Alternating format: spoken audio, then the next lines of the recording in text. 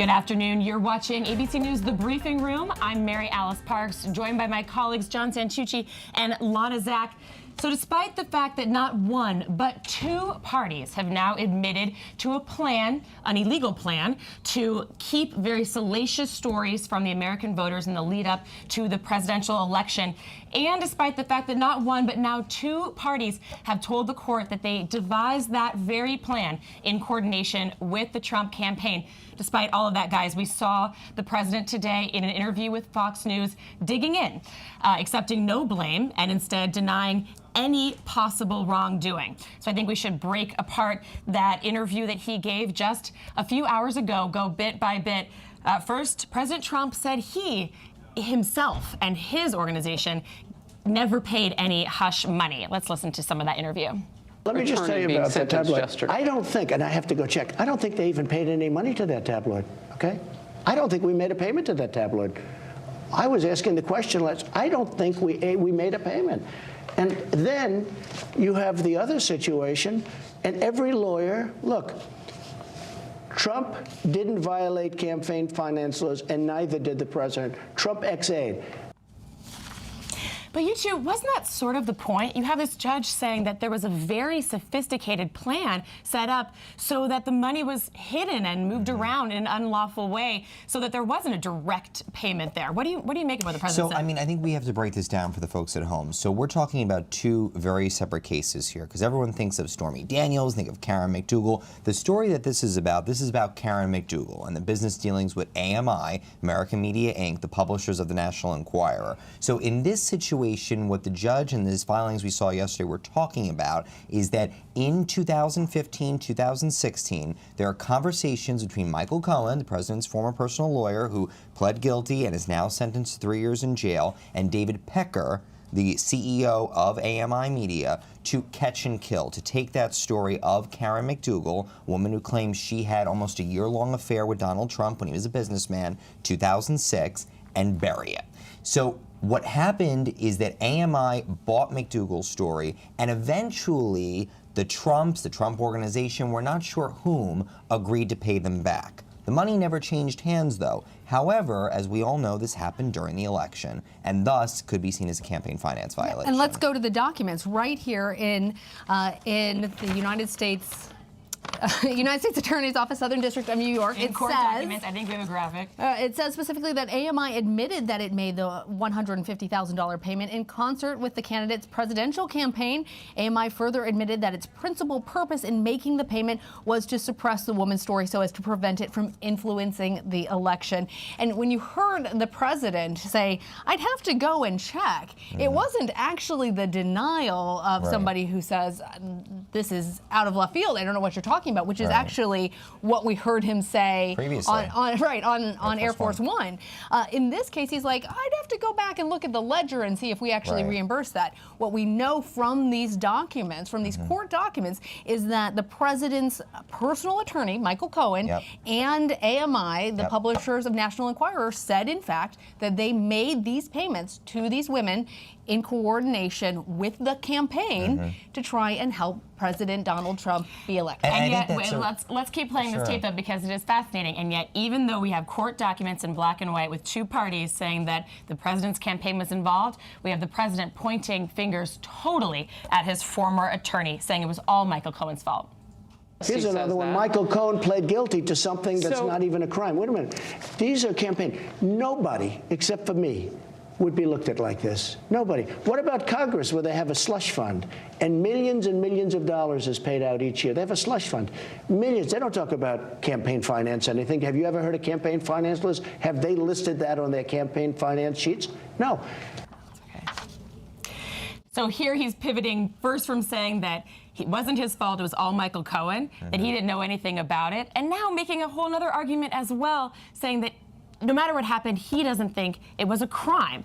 And yet I was struck by those same court documents that say very plainly it was a crime and that everyone involved knew it was a crime at the time. Right, but now the question is going to become, does this come back to the president, right? Because if his argument is out there that I did not know about this, I trusted my lawyers, does that cover him? Now, if you ask Rudy Giuliani, his statement yesterday to us was, I feel sorry for Michael Cohen. He's a pathological liar. He screwed this up. Had nothing to do with Donald Trump. Donald Trump didn't even know about that. So now we need to figure out where these two stories are going to mesh. And we should also mention that, in the court hearings that we saw earlier this week with Michael Cohen, we have two separate jurisdictions here that have dealt with him. We have Mueller's team, which said he was great. He gave us so much wonderful information. He was so helpful. He always told us the truth.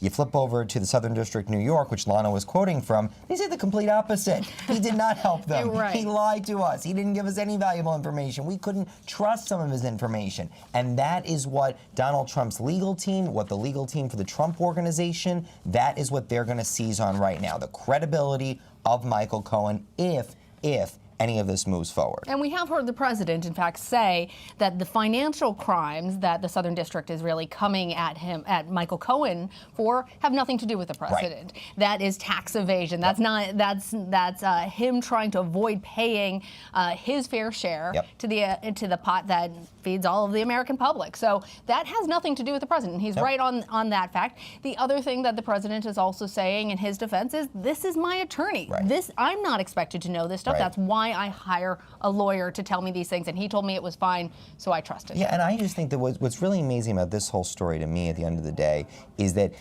Donald Trump can separate himself from Michael Cohen as much as he wants. This person was the closest to Donald Trump in the 26th floor of Trump Tower. His office was from here to that wall over there. They were always talking. They were always, in line on facts. To think suddenly, he's not my guy, he's not my guy. This was the person that said he'd take a bullet for Donald Trump. Well, and now he's going to go to jail for, as he says, cleaning up the president's dirty deeds. But I want to turn now to another major headline out of Washington. Maria Butina, that Russian... You pronounced it correctly. Butina. I'm very proud of you. We've all been practicing. That Russian national who's been in the headlines all over the papers, who was whining and dining and schmoozing with top-tier Republicans, even some Republican presidential candidates. Well, she has now pled guilty to federal prosecutors for conspiring to act as a foreign agent. This story just feels totally out of Hollywood. It is amazing how involved she was and how many Republican contacts she had. What do you make of how close she was able to get to members of the party? It's insane. I mean, she was able to ask Donald Trump a question when he was on the campaign trail early on. I mean, what we have to remember here, so the story, which is so amazing in so many ways. First of all, she looks just like Hannah Chapman from 10 years ago, the other Russian Asian we were focused and always having so much But we just saw those on. photos, how much she changed in those booking photos, totally. and when she's out whining and it's dining definitely political evolved. figures. But so, I mean, the story with her is that she infiltrated several top donors to the Republican Party, but also really stuck her heels into the NRA. And she was even trying to develop, as we first reported, a TV series with Vladimir Putin on the Outdoor Channel because of everything that he likes to do. But really, this is going to come down to how far was she able to infiltrate the Republican Party, and specifically one major donor, Paul Erickson. Now, he's mentioned in these court filings. He has not cooperated yet in any way, shape, and form. He's been living out in South Dakota, as far as we know. The two were actually planning to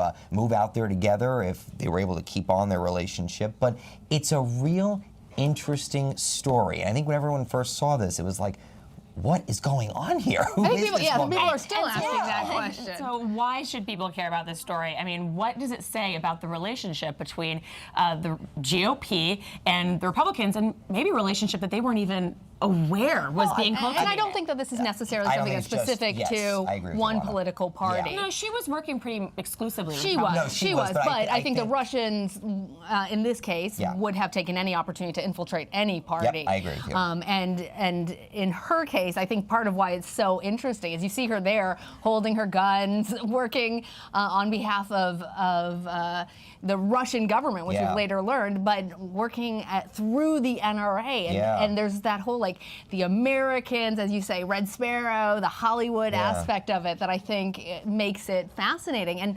And for the Russian government today to call her a political prisoner, I think is quite stunning. Yeah, it's just a little over the top. I think, to your point, Lana, I think it's just all the different ways that you can intersect into politics, right? So for Republicans, the NRA, we know how much in lockstep there are. You know, she needed a gateway in. She found it, and she pulled it off until she got caught. Until she got caught. On that note, we're going to pivot also to Capitol Hill because there are about 14 more stories we're tracking up there. I want to bring in our colleague, John Parkinson, who has been racing around the halls of Congress as per usual for him. One vote taking place right now dealing with those resolutions the Senate is trying to pass, a series of amendments. Really, the Senate taking the White House to task over foreign policy, the relationship with Saudi Arabia, and Saudi Arabia's influence and work in that conflict in Yemen. John, what can you tell us about what these resolutions say about what the senators think about the White House's foreign policy? That's right, Mary Alice. This is a bipartisan smackdown, really, of the president's foreign policy and his administration's foreign policy. Just a couple of minutes ago, before we came on the air, the Senate did approve 2 resolutions. The first one would be in order to limit the war powers of the president, and really they're looking at the refueling missions that have been going on in Yemen on behalf of Saudi Arabia. Those had ended last month, but this resolution would hamstring the Pentagon from attempting to relaunch those. And then there was a second resolution too that condemned MBS directly for responsibility for the Jamal Khashoggi murder. And you know, I think just really right there, you talk about how the senators are reacting to this. Bob Corker says if you brought MBS into a courtroom here in the U.S., he'd be convicted in 30 minutes. But we still have the administration standing by strongly with Saudi Arabia, and they look at Saudi Arabia as an enduring partner over there in the region. I want to bring in Alex Mallon, who's there at the White House now after covering some of the president's events. Hi, Alex. I'm glad you're here now. We're just talking about the senators really delivering a strong message to the White House, calling out the role that the Crown Prince there in Saudi Arabia played in the death of Khashoggi, taking action and delivering words that the president himself was unwilling to do. How do you think that the White House will respond to this resolution from the Senate?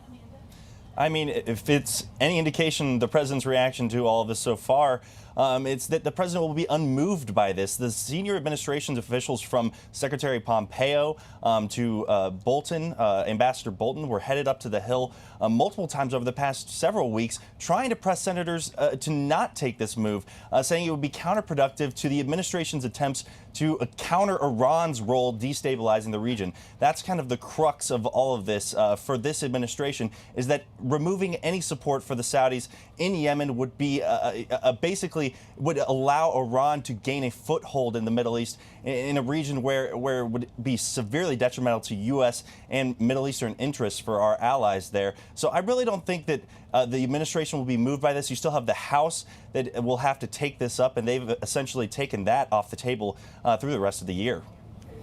You know, we're also seeing Congress and the White House obviously go toe-to-toe over government spending. We are just 1 week and 1 day away from a partial government shutdown. And it looks like both sides are digging in.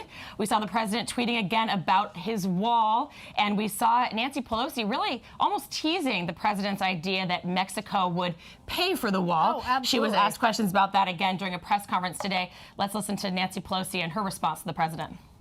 It's really unfortunate that the president has decided that he would shut down government at a time when the markets are in a mood where people are losing their jobs in some industries, the auto industry for one, where there's uncertainty in terms of the financial security of America's working families, and a holiday season that the president would say he would shut down government. John, what do you think? Are they any closer to a deal?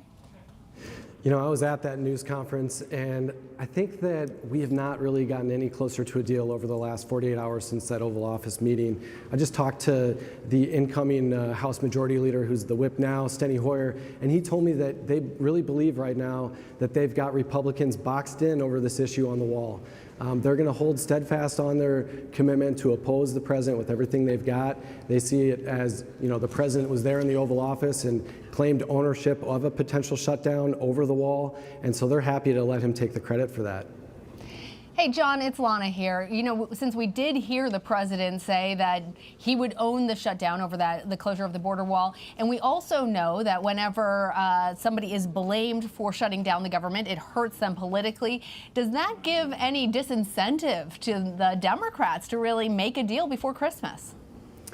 Well, I'm not really sure. I mean, I think that in the lame duck, you're going to see a lot of members that are leaving Congress anyways that they don't want to, have their last vote be to shut down the government or anything. But looking ahead to the next Congress when the new majority comes in, that's also going to be a problem to just negotiate this from square one again, right? Like, if you go into a new Congress, everything has to start over, and a lot of these appropriation bills, they may be close to cutting deal on 6 out of 7 of the remaining appropriation bills. But if the dynamics change and the votes change, how's that going to look if Republicans say, fine, open up government again? It's on you now that you're in the majority, especially if we have a messy shutdown around Christmas. And John, we heard the president say that he had the votes to pass the spending bill in the House. Is that true? Well, he said that he had the votes to pass $5 billion for a wall. The Republican leadership toyed with the idea of bringing up that measure for a vote. It did pass through committee earlier this year, but they have not brought it to a full floor vote. And Republican leaders signaled a hesitancy to bring that up this week, saying that they had too many members that were absent, that didn't come back this week to cast votes. We saw the House of Representatives finish up all their legislative business early this afternoon, and they're not even coming back until really late on Wednesday, so most lawmakers won't be here until Wednesday evening to cast those next votes. So in some ways, she sort of called his bluff on that one. Alex, is there any feeling from the White House that they maybe overplayed their hand? The president went a little too far, saying he would own this shutdown? No, I think that the president is probably unmoved again by what Pelosi is saying, basically daring House Republicans to take up that $5 billion measure. The president believes, I think we saw in that meeting, he wholeheartedly believes that House Republicans could pass a $5 billion funding for the wall, but then he just said that they would get voted down in the Senate. So even if Pelosi did dare Republicans to take this up and it passed the House, it would only be really a symbolic victory, because the president is correct. Anything that would pass in terms of $5 billion for the wall in the House would get roundly rejected in the Senate. But the president, I think, stands by his acceptance of the blame. He said it in an interview after that Oval Office meeting that he's fine taking ownership of it.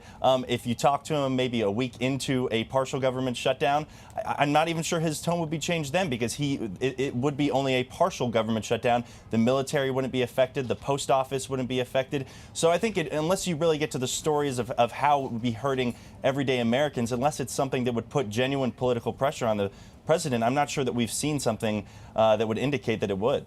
Well, even right before he took ownership of it, he was starting to call it the Pelosi shutdown in that actual meeting. So I think it also, like you say, it depends on how the political winds are blowing and whether or not it looks like it's hurting regular Americans. It does seem like Nancy Pelosi has been helped by this week. Not only did she seem to fare pretty well in that Oval Office meeting, but she locked up the last few votes that it looks like she will need to secure speakership.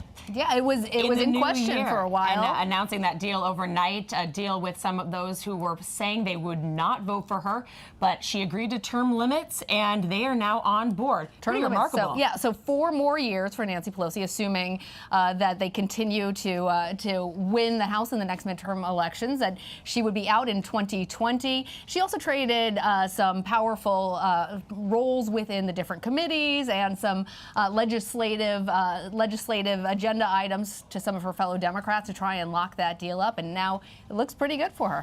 So she's looking forward to coming back, but obviously not all members of Congress will be coming back in the new year. Senator Jeff Flake, who has sort of had a long goodbye from Washington, gave a very formal goodbye on the Senate floor today. We'll leave you and finish our show with Senator Flake's words of goodbye. Thank you for watching The Briefing Room. You can listen to Jeff Flake here, and we'll be back tomorrow.